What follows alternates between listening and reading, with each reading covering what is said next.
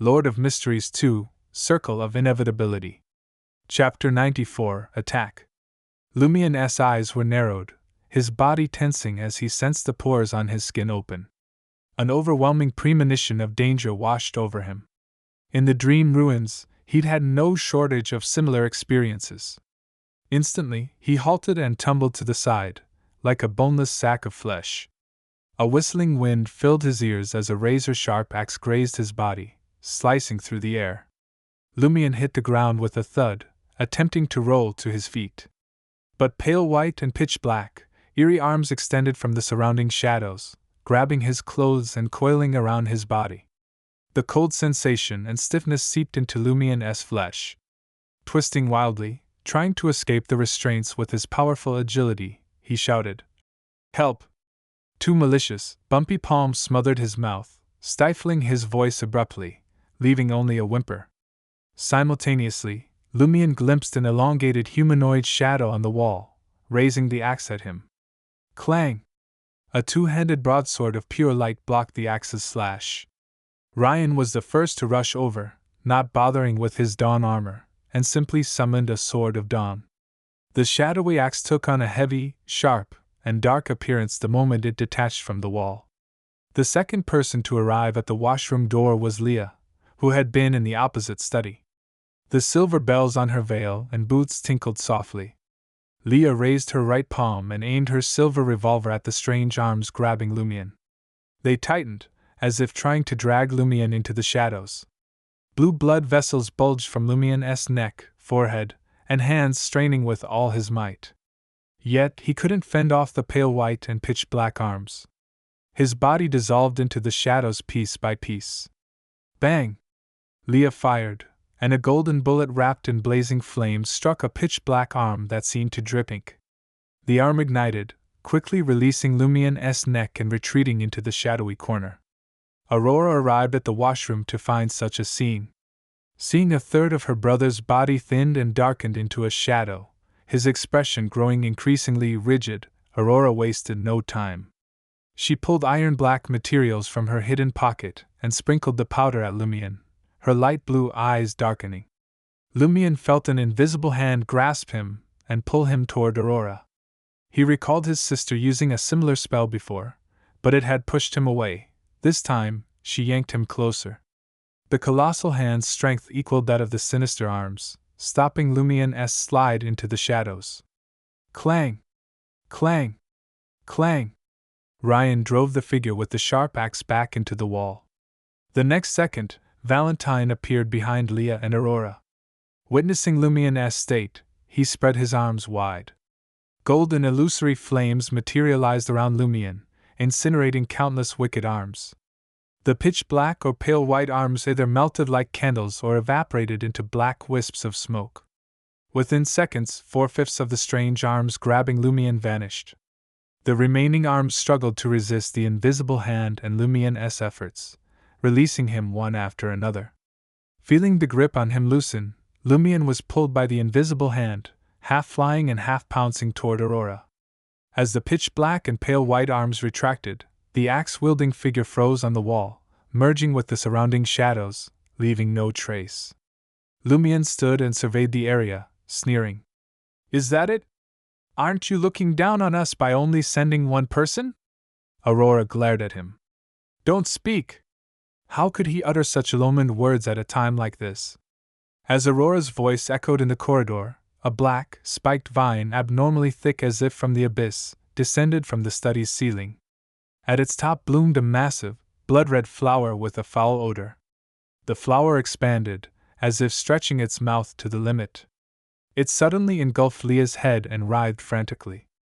As it chewed, the object in its mouth turned into a thin piece of paper and was shredded. Immediately after, the radiant broadsword of light flew from the washroom, impaling the massive, evil flower to the wall. Streams of bright red blood oozed from the sword, evaporating into mist.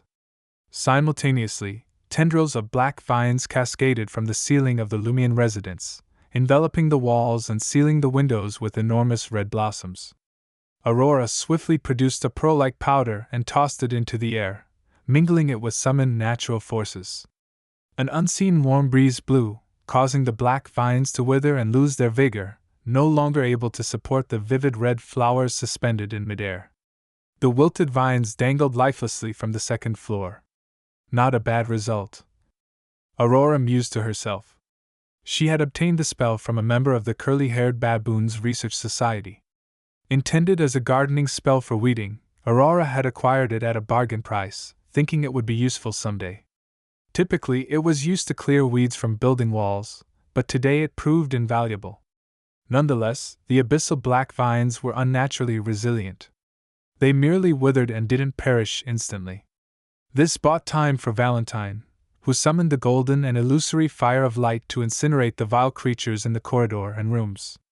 Ryan then flooded the area with the pure sunrise gleam, banishing all evil and obliterating all illusions. Confronted with this situation he was powerless in, Hunter Lumion stifled his urge to perform the enigmatic dance. He observed his sister and the three outsiders collaborate to eradicate the anomaly that had invaded the second floor. Soon, the black vines and red flowers disintegrated into smoke. But Leah's veil and the silver bells on her boots continued to jingle, signaling that danger still lurked. Lumion swiftly surveyed the scene and sniffed. "The air doesn't smell right." A faint, sweet scent lingered. "I feel a little dizzy and want to sleep," Leah confessed her unease. "The fumes from the burning vines and flowers contain an anesthetic? How sinister!" Aurora, possessing extensive mysticism knowledge, acted promptly. She produced a handful of transparent powder and scattered it forward. A fierce wind materialized from nowhere, gusting through every corner of the second floor. Ryan, Lumion, Valentine, and Leah dashed into separate rooms, throwing open the windows that had been sealed by the black vines. As the innocuous wind subsided, Aurora turned to Lumion and inquired, "And now?" Lumion sniffed cautiously. "Don't smell it anymore." "I feel better too," Leah chimed in. At that moment, the silver bells on her veil and boots ceased their movement. The crisis was averted. "A probing attack from the Padre and company?" Aurora speculated. Lumion glanced at Valentine, who appeared troubled. "Could be Guillaume Benet, who just received a boon, or the already powerful shepherd Pierre Barry." Valentine's expression softened at Lumion's choice of words. Ryan surveyed the area and declared in a deep voice, "Whichever the case, we must heighten our vigilance. From now on, let's split into 2 groups for shifts. We'll alternate between resting and standing guard, day or night. A single guard risked being ambushed without timely assistance." "No problem." Aurora and Lumion exchanged glances before adding, "I'll be in the same group as my brother." Ryan and the others didn't object. Over the next few days, the 2 groups maintained a watchful eye in 6-hour rotations. Although nothing transpired, as Lent drew near, they all felt the impending danger, anticipating relentless waves of peril. During this period, Lumion continued exploring the dream while resting. He didn't immediately hunt the flaming monster.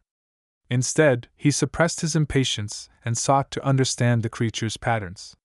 With his invisibility, long-range tracking, daily observation, and ample patience, Lumion finally gleaned the information he desired. The flaming monster would set traps in the dream clearing each morning, practicing techniques it had mastered for 45 to 90 minutes. It would then follow a fixed route into a flesh-strewn area to replenish its energy. Its afternoon activities were unpredictable, mainly patrolling its territory via different paths. Lumion had yet to discern its criteria for choosing routes. In the evening, it would retrace the fixed route and re-enter the hunting zone. Lumion remained ignorant of its nocturnal activities. He had only spent a maximum of 6 hours in the dream ruins and never ventured there at night.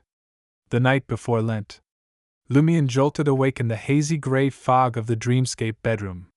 He glanced at fallen Mercury beside him, and his mind snapped into sharp focus. This was the night. He would hunt down the flaming monster,